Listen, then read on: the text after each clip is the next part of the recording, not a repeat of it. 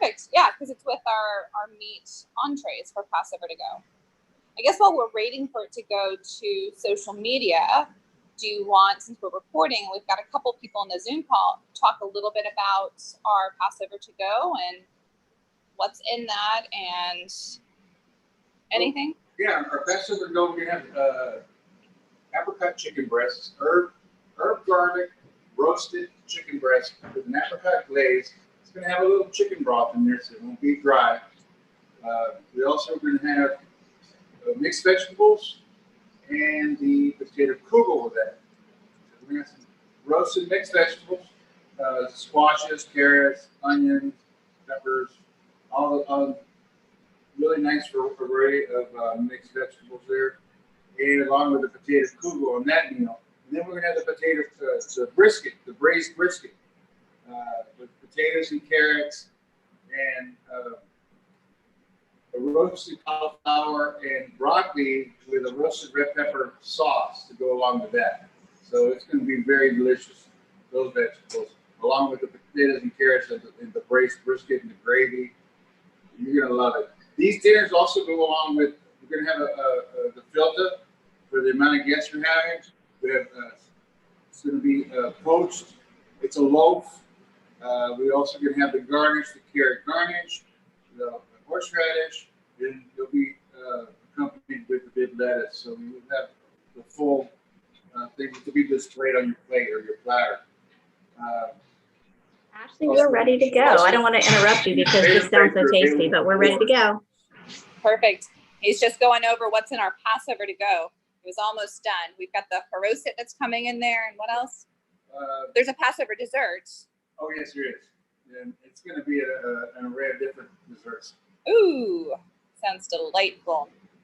All right, since we are officially live on our social media platforms, we are in the kitchen with Chef Kevin, and he's going to take it from here. Okay, we're going to do a parve potato kugel. This is the one we're going to be doing for your chicken dish for dinner.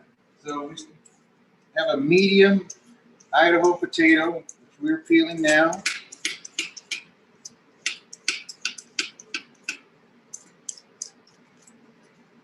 Okay.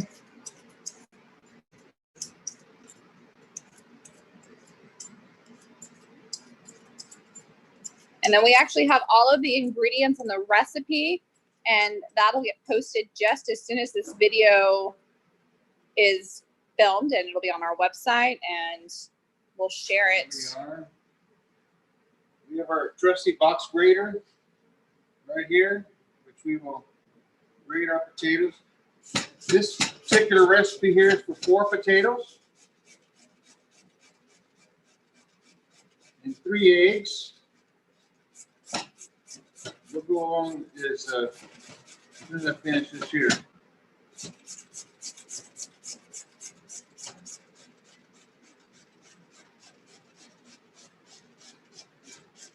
Probably should have grated some before, huh? Make it quicker.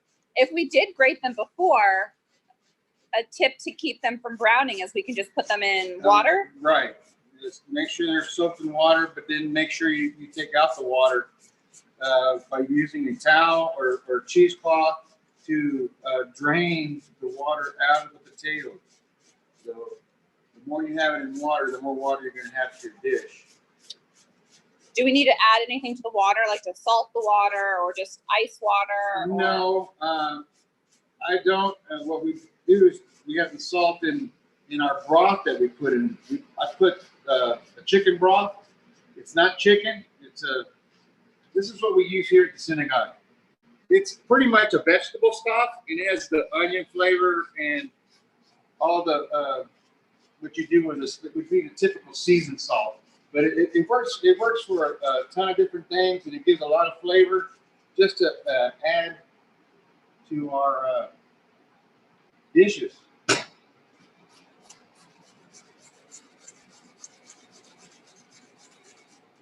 Anyway, this is not too long. It won't take too long. And kind of like last week with the haroset, if we chose not to use a box grater, could we use the food processor? We could. Yes, we could. But this particular food processor we have, we need a replacement part. So didn't check it before today, and so we're doing it with the box grater. We're going old school. Yes. So a hack that I use at home sometimes when I'm making latkes, I know I'll buy like the frozen, pre-grated potatoes. Is that something we could do in this instance? Yes, you can. You can use. They have grated potatoes in your supermarkets nowadays. So Perfect. they'll have that kind of thing. You can use whatever you'd like. Marco, will you do me a favor? I believe I had another box grater out here and they put it away. This particular box grater has lost its touch. Oh no. It's on the side right there.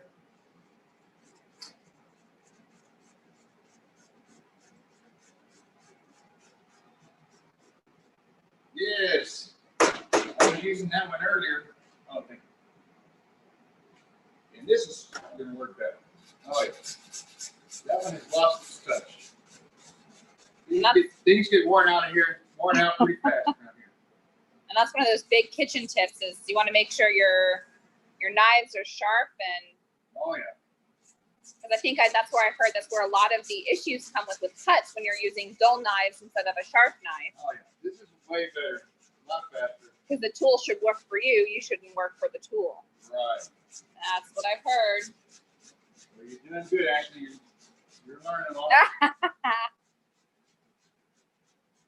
I spend a little time in the kitchen. Not as much as you, but a little.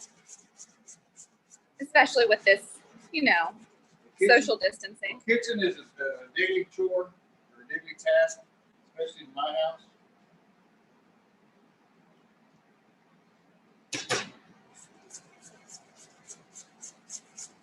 Did you find out any cool tips or interesting tidbits when researching for this menu like you did last week for No, I didn't. I didn't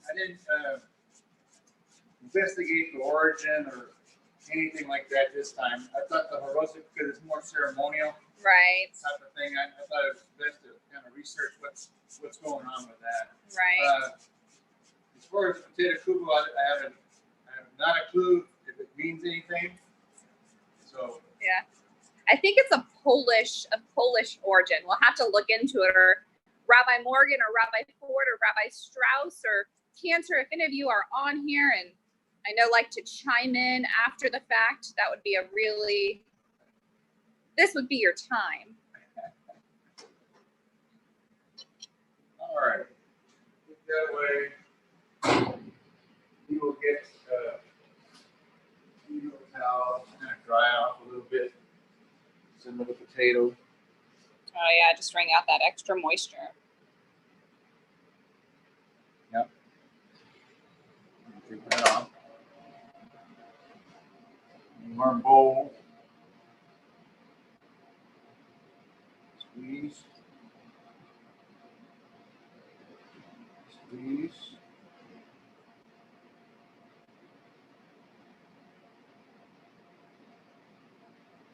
Squeeze. Take off. This here. Go. All right, next will be our onions, and we will use the food processor attachment for that one. We're going to take a medium onion, put it in our food processor, and we will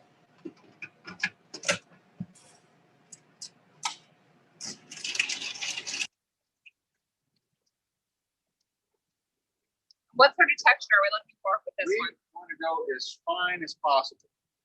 And with this particular amount, makes it harder to do because the food processor is hard. Here's my broth.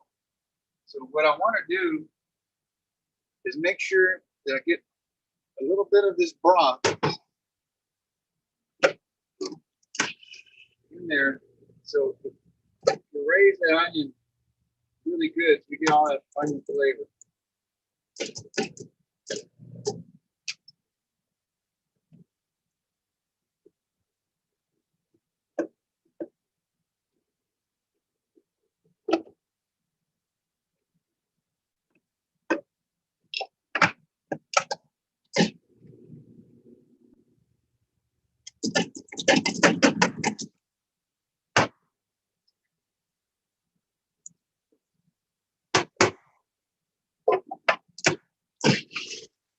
Oh.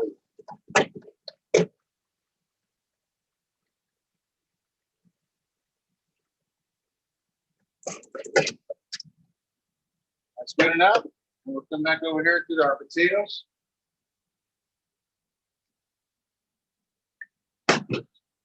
We'll pour that onion in there.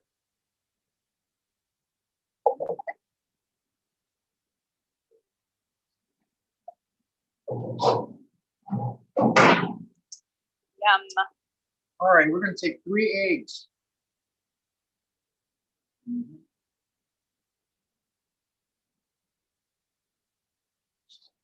So we're right here on the border of smelling like Passover, yet also smelling like Hanukkah with the potatoes and the. Okay, we're checking our eggs, Not make garlic. sure everything's great. And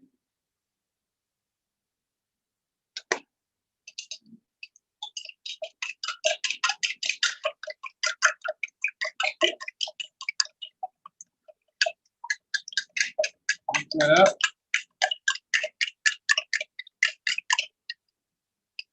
Right in there.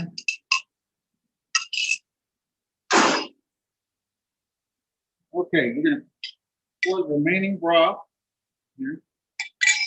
Get that out of the way. I like to put the whitener. It keeps the color from turning. Be so brown.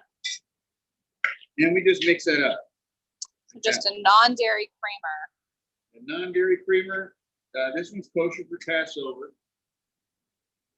Give it that white kind of, creamy look to it. Okay. Your broth has a little salt in there, so we just put a little more, just a little touch. I like to use the white pepper. And be careful with this because these are large openings for this particular pepper. We won't do that.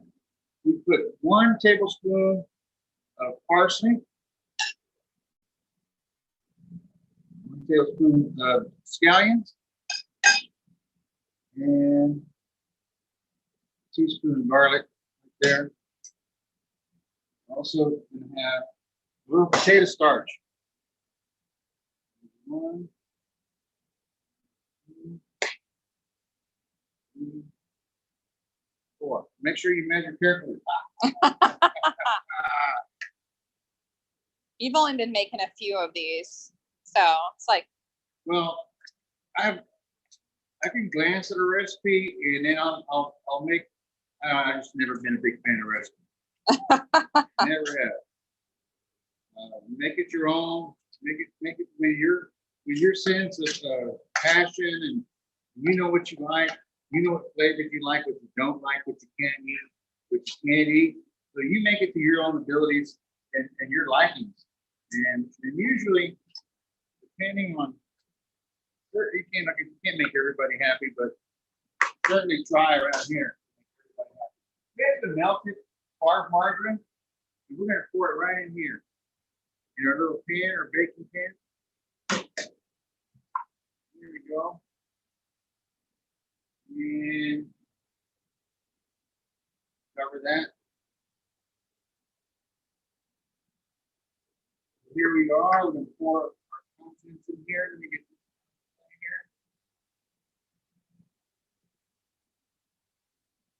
this in here. We'll spread it out. Make sure we get the corners. Make sure all the liquid and everything's all around. And then the last thing I like to do, matzo meal. A little matzo meal gets a little crust on the top. A nice little replacement for breadcrumbs that we would traditionally. Right. You can also put fried onions if you'd like. But, you have to fry your onions. That was going to be my next question. What are some? You have to fry them in a matzo meal or matzo flour. Right. And do that. So I was thinking even some creative. This is the finish before you go into the oven. We're going to put it in the oven about an hour. In a 300-degree oven.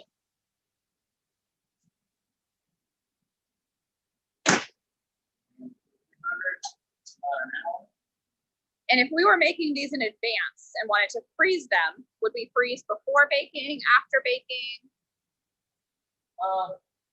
Do you have a recommendation? Sometimes when you freeze potatoes, you're going to have a leakage when you defrost the potato. So it's probably advisable not to make it too far in advance. You can. No, you're going to have that anyway, but you put it back in the oven. Gotcha. So when you put it back in the oven, it's going to take care of that. It's going to, the heat from the oven is going to dehydrate Perfect. the liquid. So also, here you go. This one. Through the magic of Zoom. Yes. We already have one fresh out of the oven. This was only 3 potatoes. And of course, for the rush and everything. So you have it's soft and creamy in the middle, and it has the crust on the top, right there. And this will serve 6 to 8 people, depending on your serving. How much everybody likes to eat. Right. Yes, this is going to serve about 8 people. Nice helping. Generous portion. Generous portion. Yeah. So cut it in half. Cut that in half. And you can get a pancake spatula and just serve it up. Ashley. Yes, Jennifer. Hey, I have a question from Facebook. Chef Kevin, while you were talking about freezing, the sound went out just a little bit. So if you would repeat that, what you said about freezing ahead, a good idea or a bad idea? Well, yes, you can freeze it. Like I said, you have to watch it because it'll be weepy when it defrosts. So make sure you put it back in the oven until you don't want it dry, of course, but you do want it to where you've dried the liquid somewhat. So put it in for a certain amount of time. It depends on what your container looks like, how thick it is, what it was before you froze it. Was it soft, or was it already baked firm? So different. It depends on your recipe and what you're doing and how you are doing it. So yes, you can freeze it. Yes, you can defrost it and warm it in the oven, and you probably wouldn't even know the difference. So it's just a lot of factors sometimes of what you use as your baking dish, and how thick it is, and how long it takes, and things like that. Yeah. Outside of the Seder, I'm just looking at this, and I think this would be an amazing breakfast. Like, I could totally see eating this with some scrambled eggs or something of that. Or easy. Right. Definitely. It's a form of hash brown. It's a hash brown. It's just a hash brown casserole. So definitely, you can take these as cold, little squares, and then you can pan fry them again. You make sure you put a little bit of matzah on the bottom where it sticks, so that way you crisp it up on both sides. Yes, definitely. Ashley, I've got another question for you. Great. You may have said it, but let's just say it one more time so everyone got it. What temperature and for how long are you going to bake it? It's at 300 degrees for about an hour. It just depends on the density. It depends on the density of your vehicle, like we said, your pan. And this particular one's going to take about an hour to rise and firm. And we like to keep it at 300 so you don't want to get too dark or dried up. And enough time to cook the potatoes. So looking for it to kind of set and get that crispy golden brown exterior. Right. Definitely. It looks, so that's a very generous portion for sure. You could easily, 6 to 8 people. Definitely. Yeah, this was only 3 potatoes. So. Oh, and the one that we did had 4. And that way you fill the pan. Right. So these videos are very new to me. So we're living and learning every week. So I've got another question for you. Oh, great. So we have a creative cook who wants to know if you could make mini ones in a muffin tin. Oh, yes. that would work probably Oh, nicely. that's going to be very nice. And about how many muffin tins would we fill? Maybe a dozen? You think? Yes. Well, With the recipe that we're sending over? Let's see, he's going to pull out a muffin tin.